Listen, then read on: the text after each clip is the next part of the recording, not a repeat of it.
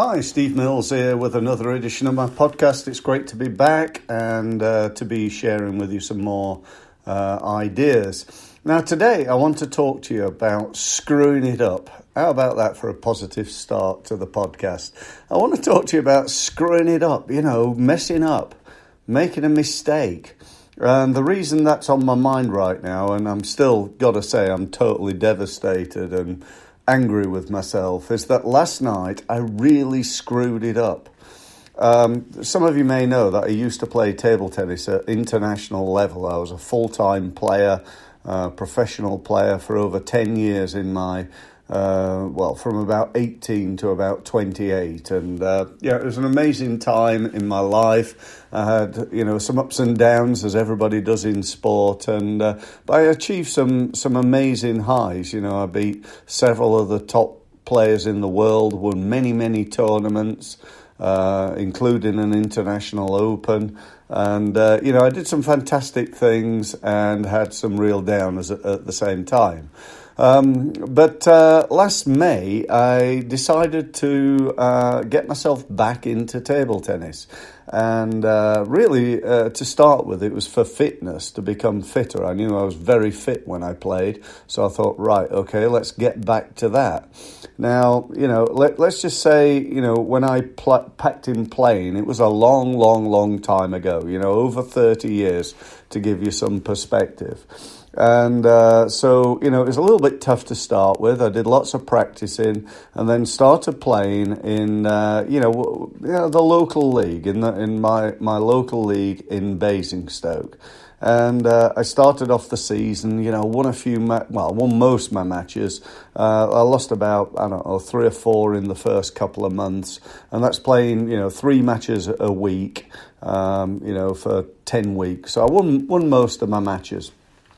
And I got better, I got better and better as the season went on. And in the second half, I think I lost maybe about 7 or 8 matches altogether. And in the second half of the season, there were only a couple, something like that. Anyway, at the weekend, I played in the Basingstoke tournament, the Basingstoke Table Tennis Championships in the men's singles, and I managed to get myself through to the final. And that final was last night, and boy, did I screw up. I really did. I really didn't do myself justice. I thought I prepared well and, I was really looking forward to it. Playing against a player, a young man, don't know how old he is, but let's say he's 25, something like that. Nice guy, a half-decent player, but somebody really, to be honest, that, I should have beaten. I really should. And, the reason he won was not so much that he played fantastically well, but more, I believe anyway, because I made a load of mistakes and, as I said, really screwed up. Now, the bottom line is that cost me, it cost me winning a little cup and a little trophy. And, more than that, it cost me a bit in pride. And, it's certainly, as you probably gather from the tone of this podcast, that, it pissed me off, let's be honest here. I'm pissed off with myself and... So I don't want you to be in the same position. And certainly, at the end of the day, it's just a game of table tennis, no matter how much it matters to me. But in business, it's a lot more than that, isn't it? If you screw up like I did when you go into a sales meeting, that could cost you, I don't know, 50 grand, 100 grand. One of my clients recently... got a lead from LinkedIn. He came on my LinkedIn workshop, and 6 months later, he developed his LinkedIn campaign. He got a lead and, nurtured that lead. He kept going. He had a couple of meetings.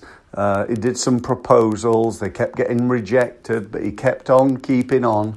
And he told me recently that just turned into a £50 million order. Actually, I'm exaggerating. A £42 million order. It's a £42 million.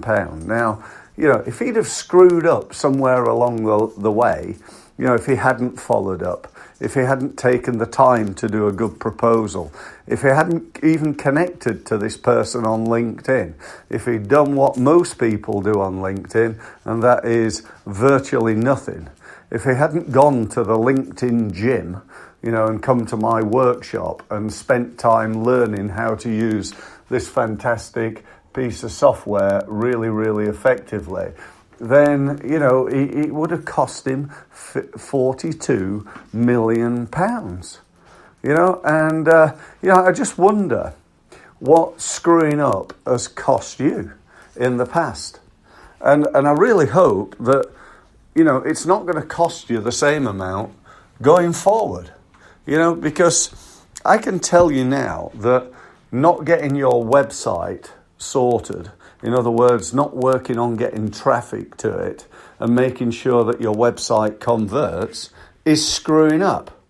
And I can tell you that not following up on leads is screwing up. I can also tell you that not doing email marketing and developing a database is also screwing up. Not using social media or using it occasionally, using it a little bit, is also screwing up. And shall I tell you what is one of the biggest screw-ups that I see? That is not picking up the bloody phone.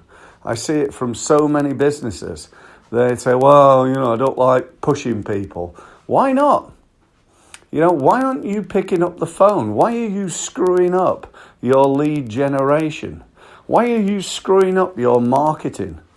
If you're not doing Facebook pay-per-click advertising, why not? That's a screw-up. If you're not doing LinkedIn marketing, that's a screw-up too. And what I'm saying here, I think, is that predominantly most businesses that I meet are screwing up, they're messing up their own sales and marketing, or as I like to call it, lead generation and lead conversion. That's what sales and marketing is. Marketing is generating leads and sales is converting leads into sales. Now, I know that it's all about brand awareness and all that bullshit, but to be honest, brand awareness is something that you worry about if you're Coca-Cola or Apple. As small business owners, screw brand awareness. I want to get some leads. Is brand awareness really, people are going to be aware of your brand? Do you know what the biggest problem that I see in small business is? But by a long way, it's purely obscurity. Nobody knows of you. Nobody's even heard of you. And I'm not just saying you, I'm saying almost in fact, not almost, all small businesses. Unless you operate in you're a landscape gardener who works in a little village somewhere and you've got 20 clients and there's only 40 houses in that village, unless you're in that type of market, then nobody knows of you. I've just been to a networking event this morning and quite a few of the people who were there stood up. We all did our 1 minute of fame type thing, and quite a few of the people stood up and they said something along the lines of, "Hi, my name is such and such, and what I do is such and such, and we work with small and medium-sized businesses." Now, if that's the case, then if we just took small businesses, there are 5.2 million small businesses in the UK, right? Now, my question for you is, out of those 5.2 million people or businesses, business owners, how many of them do you think knew the people that were at my networking event? I'd say it's probably less than a couple of hundred. They are just, even in Portsmouth, I don't know how many businesses there are in Portsmouth right now. I've only just moved here. But I almost guarantee that, even with me, and I'm quite well known, I bet, I don't know, let's say 3/4 of the businesses in Portsmouth don't actually know of me. And there are, I'm going to guess, 10,000 businesses in Portsmouth. And 3/4 of my market don't even know of me. Now, that is a problem, isn't it? You know, it's screwing up.